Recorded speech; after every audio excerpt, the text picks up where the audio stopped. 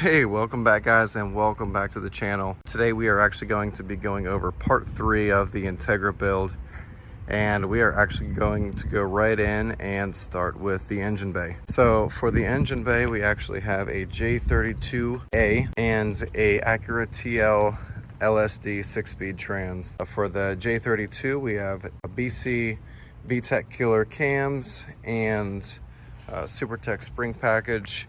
We have a Billet water neck feed kit with all AN fittings, as you can see. And it goes down to a Chase Bays 19 PSI radiator cap with the Chase Bays raised water neck, and that's feeding all cooled by a CSF tuck style radiator, and it's a 24 by 9 inch about.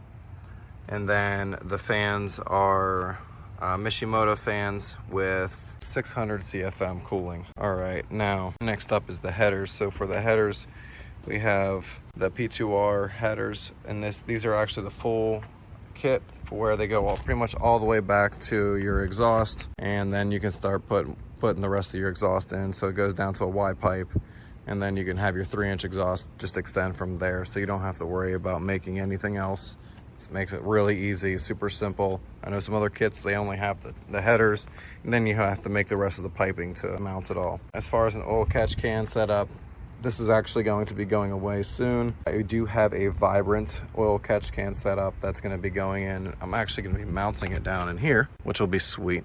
And then it's just going to sit inside here. Let's go ahead and go over to the exterior now.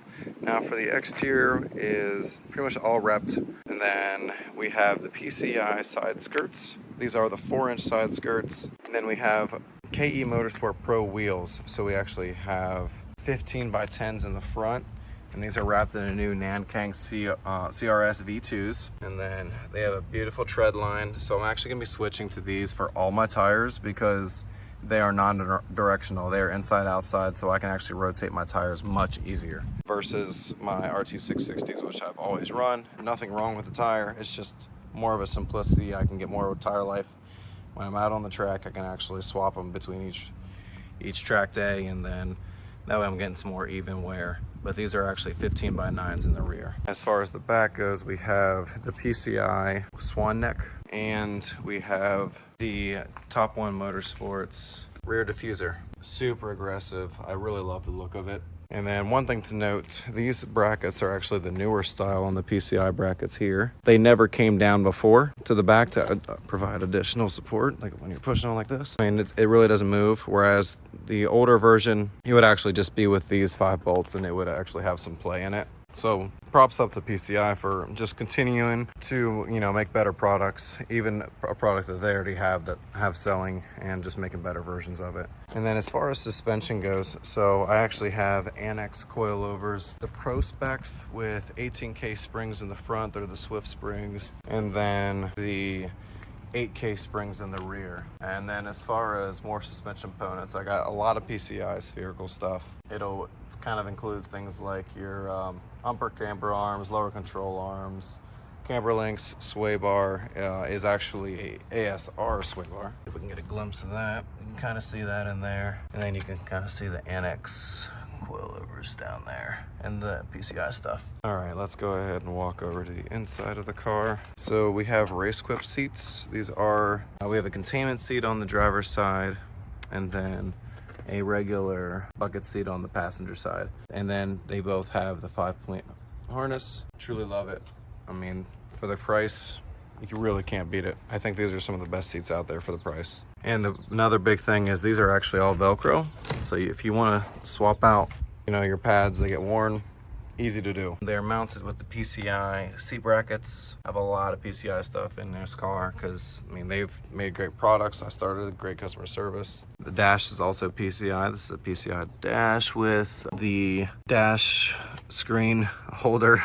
I don't know what you really want to call it, but then with a Momo steering wheel, so you can kind of see the setup there. Billet shifter cable bracket, and then the ECU is an Elite 2500 ECU. Door cards are LRB Speed.